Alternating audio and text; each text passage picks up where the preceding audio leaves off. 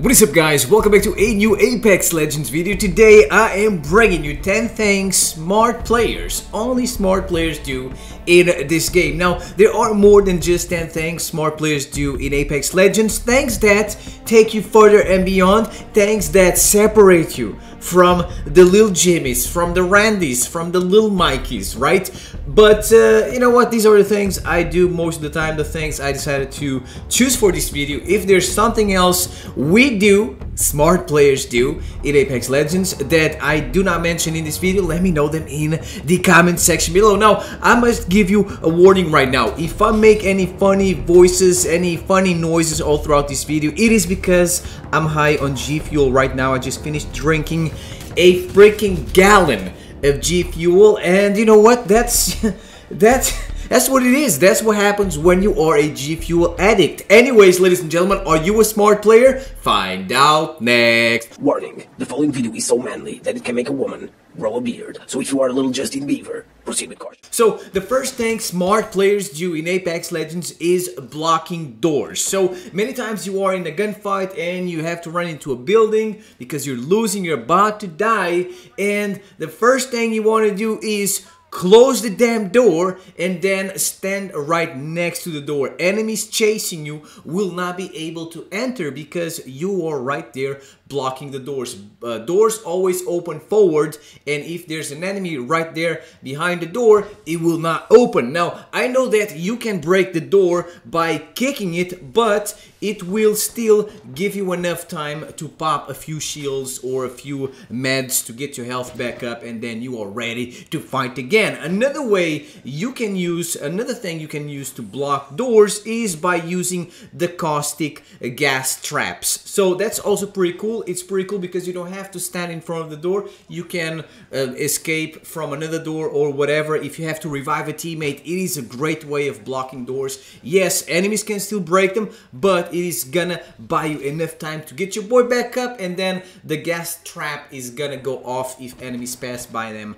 And you know, it's gonna create a little bit of panic, and it's pretty cheeky. It also works. But my favorite way of blocking doors is when I'm using a Wraith. Wraith can block doors with the portals, and it is amazing because even if the enemies, this only works with it works best with single doors. Even if the enemies break the doors, they will enter the portal, and if you place the other portal on another door, they will come out of the building. I mean, they will never enter the building. They will always go out of the building. It is pretty funny, and I mean, if you want to, you can wait on the other side of the other portal and then shoot them. It is pretty cheeky. I've been able to kill a few players by doing this. Let me know what you guys think in the comment section below. Then we have thing number 2, smart players do in Apex Legends: carrying a shotgun as a secondary. Now, there are 3 shotguns in the game, right? If you want to count with the Mozambique, with the Mozo, that doesn't really count, but there's the EVA 8 and there's the Peacekeeper. The Peacekeeper takes a little bit more skill to use. The EVA 8 is for noobs. The EVA 8 is all over the place. You can find one as soon as you drop. Get that bad boy. Don't think it is a bad gun just because it is so common. If you get the purple barrel attachment, whatever it's called, or a blue barrel attachment, it is going to melt people at close range, but you can still shoot it from range. It's going to scare away people, and you know what? I freaking love it. Ever since I started using a shotgun for close range and an SMG or an assault rifle for long range or medium range, well, I don't really use guns for long range. I always try to keep my gunfights at medium close range. It has been working like a charm, guys. Don't ignore the shotguns, especially the EVA 8. It is so easy to use. You are going to melt people. Trust me, it has helped me win so many gunfights. And then we have thing number 3. Calling in a supply drop inside the storm. Now, the reason why I do this, especially after like the middle of the game, is because when the circle gets smaller, if you have to call in a supply drop, it is going to give away your position. But if you call it in right on the edge inside the storm, it is going to, the storm is going to camouflage the supply drop a little bit, and it will not give away your position. It is freaking awesome. They won't really be able to see the blue light because it is behind that orange gas. It has been working like a charm. No one has been able to spot us while doing this with the supply drop from Lifeline, and you can get 2 items without having to enter the storm. The other item on the other side, yeah, you're gonna have to go into the storm for like 1 second, but you know what, it is not a big deal. Try this and let me know what you guys think about it. And then we have thing number 4 that only smart players do in Apex Legends: shooting caustics traps while in gunfights, especially if you have to retreat, if you have to run for your life. Many people don't know how to use caustic and they say the guy is bad. Well, he's not really the best, but he is not the worst. The thing you're doing is you're not using this bad boy correctly. So what a lot of people do is they place down the traps here and there, and then they just go away or they camp, waiting for the traps to do something. They're not going to do anything. The traps are good for confusing the enemy, for making them run for their lives, because it's not really gonna do a lot of damage. I've heard they're gonna buff, or maybe they already did, the gas traps, but right now, or at least the last time I played Apex Legends, they were pretty weak. But what I love doing is when enemies are rushing me, when they feel I'm weak, I love putting a trap on the ground, and then I shoot it immediately. The gas is gonna be released, and then when enemies go around the corner or whatever, there's gonna be a lot of gas there, and they will not go through it. If they're dumb, and if they go through the gas, it's gonna start blurring their vision, and they're gonna start having hiccups and bleeding from their eyes and whatever, and you're gonna be able to see them through the gas, and you're gonna be able to put some damage on them, and if you're lucky, you're gonna be able to kill them. It works very well if you have to get your health or your shields back up. You can also do this, cover yourself by the gas. Enemies won't be able to get to you, and it can also help if you have to revive your teammates. And then we have a thing number 5. While your teammate gets your teammate's banner card, let's say you're playing, one of your boys went down, he got killed, right? While your boy goes for his banner card, you can immediately start going for the respawn beacon. Now, I know it's a basic tip, right?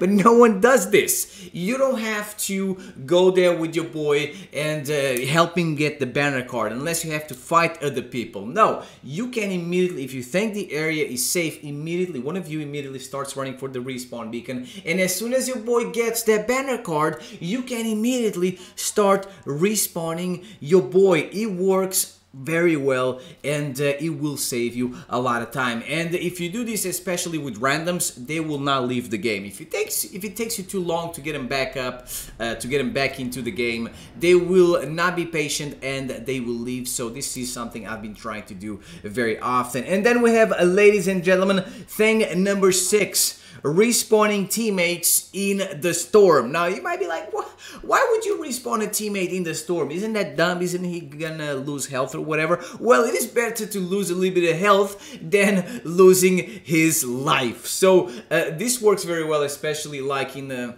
like after the middle of the game when the circle gets smaller. It doesn't really work very well in the final circles because the storm is too strong. But like in the middle of the game, it works very well because like players are smart right now. A lot of players are smart right now. When they hear that flying spaceship, they know someone is getting revived. They know a noob is about to be dropped into the battleground, right? So they will immediately try to find the spaceship and go there and kill your boy. But if you find a respawn beacon close to where you are while in the storm, a respawn beacon in the storm, but as close as possible to where you are, you can go in there, get your boy back into the game. The spaceship will be inside the storm. No one will really see it, and your boy will be fine. It really works very well. And then we have thing number 7, ladies and gentlemen, smart players do, not rushing with a level 1 body armor. I mean, I'm always telling my boys, don't rush with a level 1 body armor. I'm always telling it to Randy's, don't do it, you're gonna die, but they don't want to listen to me. They always rush with that disgusting white body armor that is the same thing as not carrying anything, because it feels like it only blocks 2 bullets. Now, if we're talking about the beginning of the game, yeah, go for it. It is fine, I guess, to rush with a level 1 body armor, but sometimes, you know, you're unlucky, you're gonna fight an enemy with a purple body armor. It happens in the beginning, but like, if you only have a white body armor, while in the middle of the game, like a few minutes after the game already started, most likely you're gonna be fighting people with better body armors than you, and rushing them is a very bad idea. So never do. I mean, I don't even rush when I have a legendary body armor, because it is very important to always keep your health as high and shields as high as possible. And then we have thing number 8, using Pathfinder's zipline to get to supply drops. I feel a lot of people don't really use the zipline for some reason, or they think it's useless or whatever. It is great for getting supply drops, because from the supply drop you can get that biblical Mastiff shotgun that devours people at close range, and it can really help you win those games when the circle is pretty small, when the gunfights are at close range. So with the zipline, you can shoot it right next to where the supply drop is going to land. As soon as it lands, you use the supply drop, boom, you take all the stuff, you use the supply drop, you use the zipline again to go back to safety. Boom, when enemies get there, the supply drop was looted already. It is great. And then we have thing number 9, using the balloons for recon and also to get to high ground. I don't really see a lot of people using the balloons. The third person view you get from the balloons is awesome, because you can scout the area and see where enemies are. Try to find enemies. You don't really have to let the balloon shoot you. You can just jump down before the balloon launches you, I mean. And I do that like a few times in a row, and it is great because you go pretty high up in the air and you can really scout a huge portion of the map. So try doing this, guys. Also in like smaller circles, if there's a balloon close to you, use it and try to get on top of a rock or something like that as high as possible. High ground is always better than being on the ground, on the low ground. And finally, the last tip I have for you guys, only smart players do in Apex Legends, is using the enemy dock to heal yourself. Now, a lot of people still don't know about this, and it works very well. When you're fighting a lifeline, if you're winning the gunfight and the lifeline runs behind a rock or something, you know she's gonna be dropping that dock to try to heal herself. So you just rush her immediately, try to kill her, and if you take a little bit of damage, it is fine. You can use her dock to heal yourself. And another thing you can do is, if you have to camp with lifeline a little bit in the storm to heal yourself because you know that there are enemies right outside, you can push the dock forward while it is healing you, so you'll get closer to the map and you will take less damage from the storm. So let me know what you guys think in the comment section below. I hope you guys enjoyed this video. Smack the like button if you did. I will see you guys next time. Peace out.